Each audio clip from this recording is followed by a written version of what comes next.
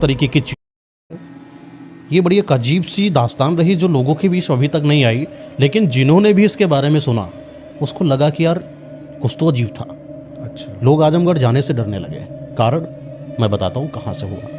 दरअसल एक कहानी है, एक तोंदा नाम का गांव लगता है। वहाँ पर दो अभी नए नवविवाहित जो शादी होती है कपल थे। इन कपल के अंदर एक चीज़ थी कि हम दुनिया देखेंगे, सब कुछ जानेंगे, देश विदेश देखेंगे, कैसे लोग रहते हैं, हर तरीके की चीज़ों को एक्सप्लोर करने की बड़ी आदत थी इनके अंदर। दरअसल इनका जो आदमी था इसका नाम विवेक था और जो इनकी औरत यानी कि इनकी वाइफ शांति नाम था।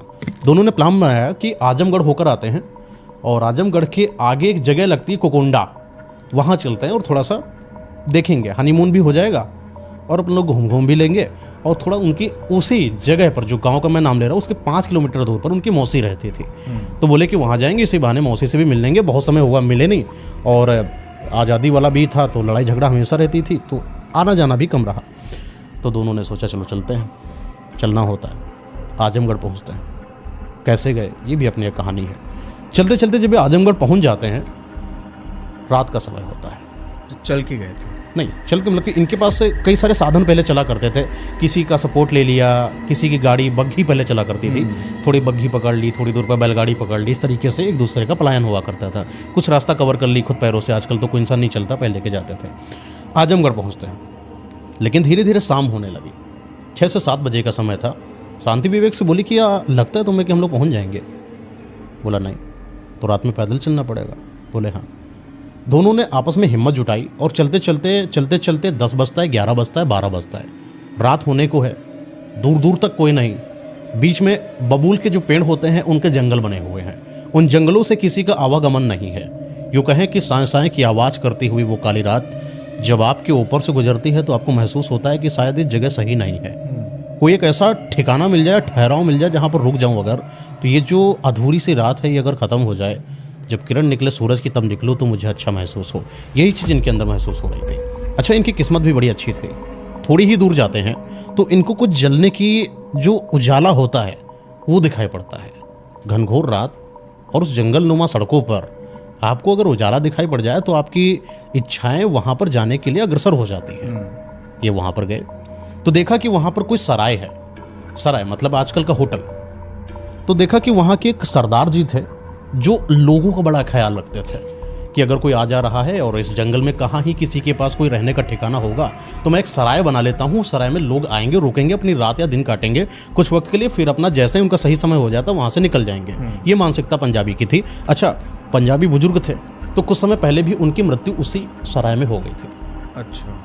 तो इस तरीके से उनके यहाँ कोई मतलब रहता नहीं था, कोई स्टाफ था नहीं। वहाँ पर एक लड़का काम करता था जगधर नाम का। दरअसल किसान का लड़का था और रात का समय था तो वो वहीं पर था। 11, साढ़े 11, 12 के आसपास था। तो ये लोग पहुँचते हैं तो खटखटाया।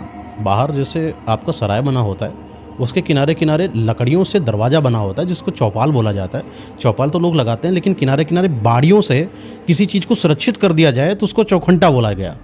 वहाँ पर ही गेट लगे हुए थे जो कि बांस के बने हुए थे। इनको लगा कि शायद किसी का घर है तो एक बार खटखटाएं तो हो सकता हो कि मुझे रहने का ठिकाना मिले।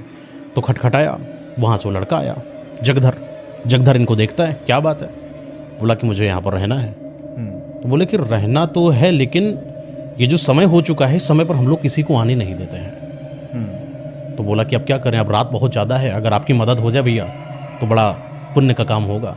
और हम लोग भी बहुत दूर से चलते चले आए हैं, ना कोई रहने का ठिकाना है, खाना भी खा नहीं पाए, पानी पीने की इच्छा है। अगर आपकी इच्छा हो, मनसा हो तो मुझे एक रात बस थोड़ी दूर 4-5-6 घंटे के लिए मुझे यहाँ पर रहने लीजिए। तो जगधर भी थोड़ा सा अच्छा आदमी था, वो लोगों की मदद करता था और अपना अकेले रहता था। उसने बोला कि अकेले से 2-4 और सही, 2 लोग और होंगे, 4 बातें होंगी, इसी बहाने हलचल मची रहेगी रात में, उनको बुला लेता था। ठीक है, अच्छा आप रहो, लेकिन याद रखना कि यहाँ पर कई सारे कमरे बने हैं। इस कमरे में जो मैं आपको कमरा दे रहा हूँ वहाँ थोड़ी ही दूर पर वॉशरूम है। तरीका बता दिया कि किस तरीके से आपको रहना है, कैसे क्या करना है। लेकिन बस याद रहे कि जो शौचालय है, वॉशरूम है, जब भी आप इसको इस्तेमाल करोगे तो आप अकेले नहीं करोगे। अच्छा। क्योंकि 2 लोग हो तो 2 में से दोनों लोग चले जाना ज़्यादा बेहतर रहता है। तो शांति बोली भैया जगधर ऐसा का है? तो जगधर बोला कि आपको रहना हो तो रहो, मैंने आपको बता दिया, सचेत करना मेरा काम है। क्योंकि आपको भी पता है कि आजकल के जो समाज में जिस तरीके से वारदातें हुई उस जगहों को देखते हुए आपकी सेफ्टी के लिए मैं बात बोल रहा हूँ, बाकी आपकी मर्जी। अच्छा। तो शांति बोली ठीक है भैया। शांति और विवेक ये दोनों लोग जाते हैं कमरे में और देखते क्या है कि कमरा जो है बड़े दिनों से जैसे खोला ना गया हो, अजीब सा कमरा है। एक होती है ना मिट्टी की दुर्गंध जो आपको कचोटती है। एक मिट्टी जब पहली बारिश की सुगंध होती है वो आपको बड़ी अच्छी लगती है, लेकिन जो सीलन से भरी मिट्टी की दुर्गंध होती है वो आपको बड़ी अजीब सी लगती है, जैसे कोई ख़त्म हो गया हो वहाँ पर।